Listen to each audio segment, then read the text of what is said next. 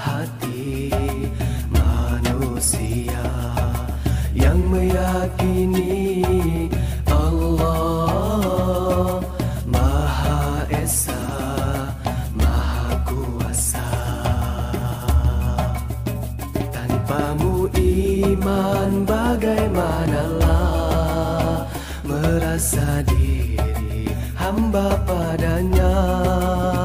Tanpamu iman bagaimanalah menjadi hamba Allah yang bertakwa.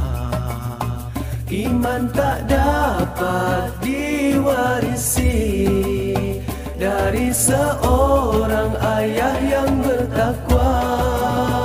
Ia tak dapat dijual beli, ia tiada di tepian pantai. Walau apapun caranya jua engkau mendaki gunung yang tinggi, engkau merentas lautan api, namun tak dapat jua dimiliki jika tidak kembali pada Allah.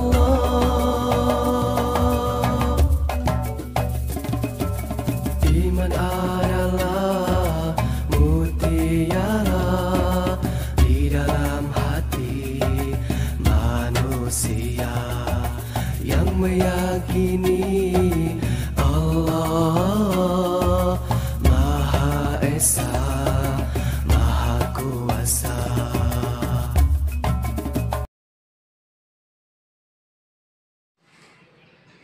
Bismillahirrahmanirrahim. Assalamualaikum warahmatullahi wabarakatuh. Apa kabar anak-anakku? Apakah kalian sudah siap belajar? Baiklah, semoga kalian sudah siap belajar. Semoga kalian dalam lindungan Allah Subhanahu wa Ta'ala diberikan kesehatan, kesempatan, dan keselamatan sehingga kalian bisa mengikuti materi pembelajaran hari ini sampai selesai. Sebelum kita memulai pembelajaran hari ini, marilah kita bersama-sama membaca doa sebelum belajar agar semuanya menjadi berkah. Bismillahirrahmanirrahim. Allahumma inni as'aluka ilman nafi'an wa rizqan thayyiban wa amalan mutaqabbalan. Artinya, ya Allah, sesungguhnya aku memohon kepadamu ilmu yang bermanfaat, rezeki yang baik, dan amal kebaikan yang diterima di sisimu. Bismillahirrahmanirrahim. Rabbi zidni ilma warzuqni fahman.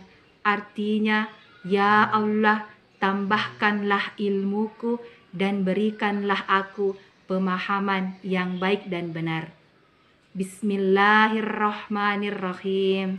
Rabbi syrahli sadri wa yassirli amri wahlul 'uqdatam min lisani yafqahu qawli.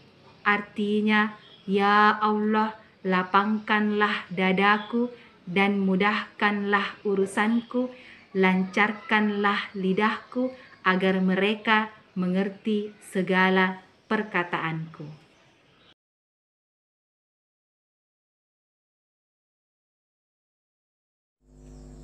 B. Aku senang melakukan wudhu. Kalau kalian anak muslim yang baik, pasti senang dengan wudhu, kata Pak Guru. Aku senang melakukan wudhu, Pak, kata Umi. Aku juga senang, Pak, timpal Fahmi. Oh ya, kalian semua pasti senang, puji Pak Guru.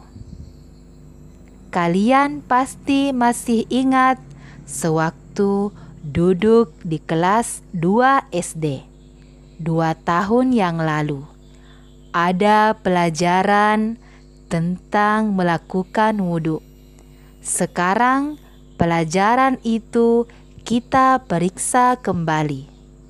Sudah benarkah wudhu kita selama ini? Wudhu adalah ibadah yang sangat penting. Kalau melakukan wudhu tidak benar, maka sholatnya tidak sah. Nah, mari kita ulangi belajar tentang basuhan anggota wudhu. 1. Dianjurkan membasuh kedua tangan hingga pergelangan tangan. 2. Dianjurkan berkumur-kumur dengan sempurna. 3. Dianjurkan membasuh rongga hidung dengan cara menghirup air. 4. Diwajibkan membasuh muka dengan sempurna. Batas muka atau wajah adalah ujung dagu sebelah bawah dan tempat tumbuh rambut di atas kening sebelah atas. Batas sebelah kiri kanan yaitu pangkal telinga. 5. Diwajibkan membasuh dua tangan dari ujung jari tangan hingga siku. Lebihkan basuhan dari batasnya agar sempurna. 6. Diwajibkan menyapu atau mengusap kepala sebagian atau seluruh. 7. Dianjurkan mengusap 2 daun telinga bagian luar dan dalam. 8. Diwajibkan membasuh 2 kaki dari ujung atau telapak kaki hingga mata kaki. Lebihkan basuhan dari batasnya agar sempurna. Cara wudhu yang benar menggunakan keran. Bismillahirrahmanirrahim. Perkenankan kami berbagi tata cara berwudhu menggunakan keran. Rasulullah Shallallahu Alaihi Wasallam mengajarkan kepada kita agar bersikap tidak boros dalam menggunakan air ketika berwudhu, dan itu yang menjadi kebiasaan wudhu beliau. Anas bin Malik radhiyallahu anhu menceritakan, "Kana an-nabiyyu sallallahu alaihi wasallam yatawaddau bil muddi wa yaghtasilu bis sa'i ila 5 amdad." Nabi Shallallahu Alaihi Wasallam berwudu dengan air 1 mud dan mandi dengan air 1 sa' hingga 5 mud. Hadis riwayat Muslim. Dalam riwayat lain, Anas radhiyallahu anhu mengatakan, "Kana Rasulullah sallallahu alaihi wasallam yaghtasilu bi 5 makakik wa yatawaddau bi makkuk." Rasulullah sallallahu alaihi wasallam mandi dengan 5 makuk dan wudu dengan 1 makuk. Hadis riwayat Muslim. Ukuran 1 mud adalah ukuran volume sebesar 1 cakupan 2 telapak tangan orang dewasa yang digabungkan, sedangkan ukuran 1 sa' sama dengan 4 mud. Sementara istilah makuk adalah takaran volume seperti gantang. An-Nawawi menjelaskan bahwa yang dimaksud makuk dalam hadis ini adalah ukuran 1 mud.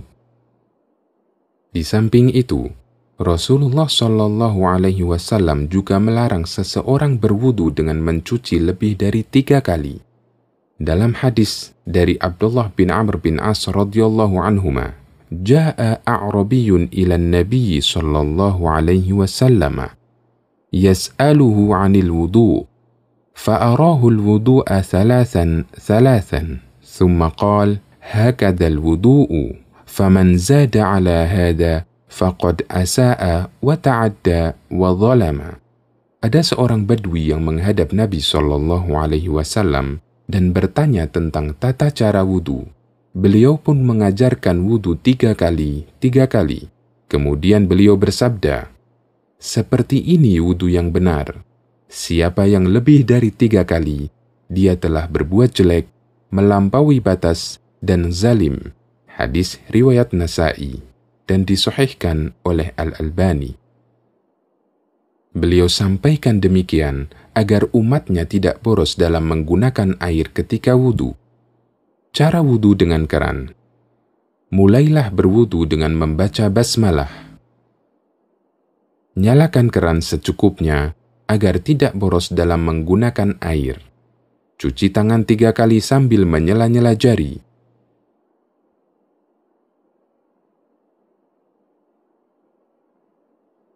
Lalu berkumur sekaligus menghirup air ke dalam hidung dengan 1 cidukan tangan. Lakukan hal ini sebanyak 3 kali. Mencuci wajah 3 kali.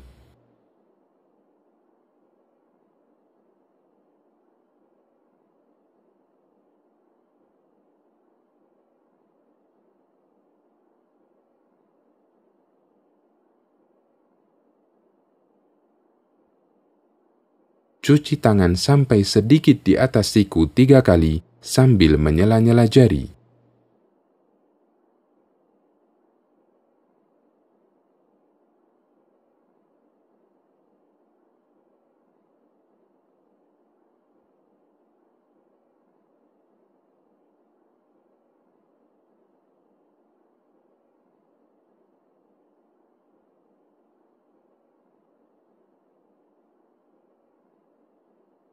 Mengusap kepala sekali bisa dengan 2 cara.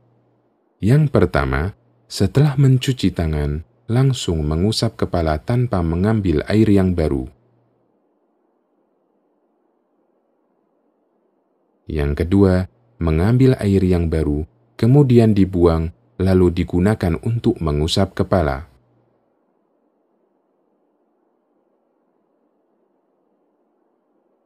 Mencuci kaki sampai sedikit di atas mata kaki 3 kali sambil menyela-nyelai jari kaki dengan kelingking.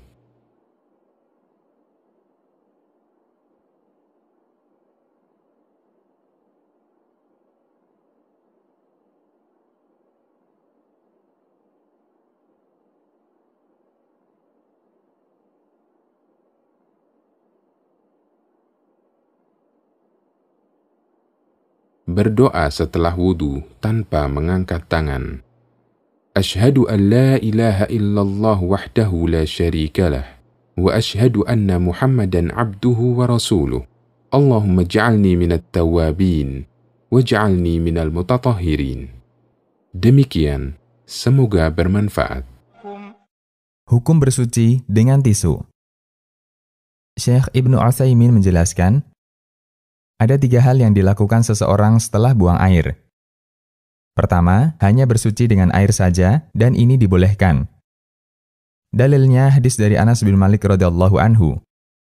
Suatu ketika, Nabi SAW buang hajat. Kemudian aku bersama teman mainku membawakan seember air dan tongkat kecil.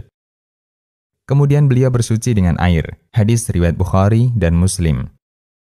Kemudian, secara tinjauan hukum asal menghilangkan najis adalah dengan air.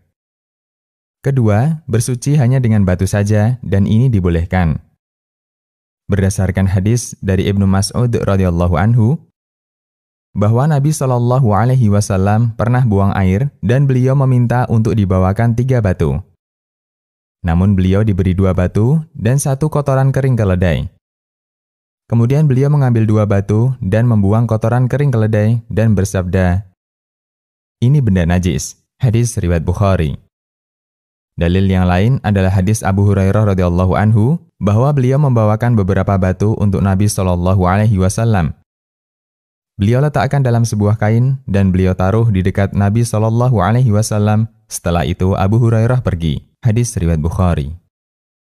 Bersuci dengan batu atau benda selain air disebut istijmar. Ketiga, bersuci dengan batu kemudian dengan air. Saya tidak menjumpai dalil masalah ini yang sahih dari Nabi SAW. Namun, mengingat kandungan makna hadis di atas, bisa disimpulkan bahwa ini cara yang lebih sempurna, Asyarhul Mumti'. Catatan 1.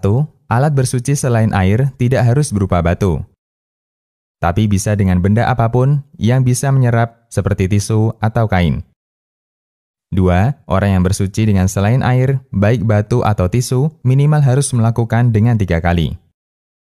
Berdasarkan hadis dari Salman Al-Farisi radhiyallahu anhu, Nabi SAW melarang kita untuk menghadap kiblat ketika buang air besar atau kecil, atau bersuci dengan tangan kanan, atau bersuci dengan kurang dari 3 batu, atau bersuci dengan kotoran kering atau tulang. Hadis riwayat Muslim.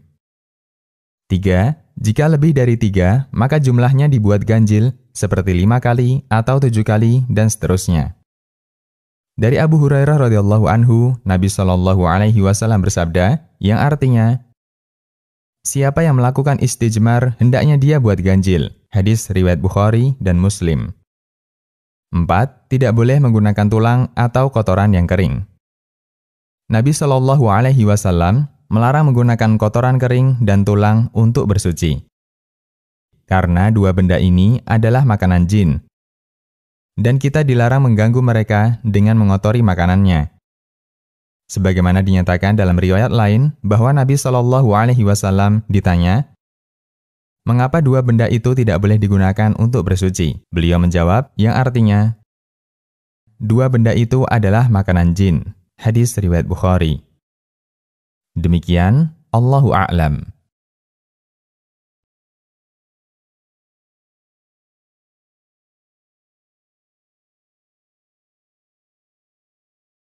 Baiklah anak-anakku, materi pembelajaran hari ini kita cukupkan sampai di sini. Insya Allah sampai bertemu kembali di materi berikutnya yang akan menambah wawasan keimanan kita kepada Allah Subhanahu wa Ta'ala. Marilah kita bersama-sama membaca doa kedua orang tua. Bismillahirrahmanirrahim. Allahumma gfirli wali walidayya warhamhuma kama rabbayani shaghira. Doa keselamatan dunia akhirat.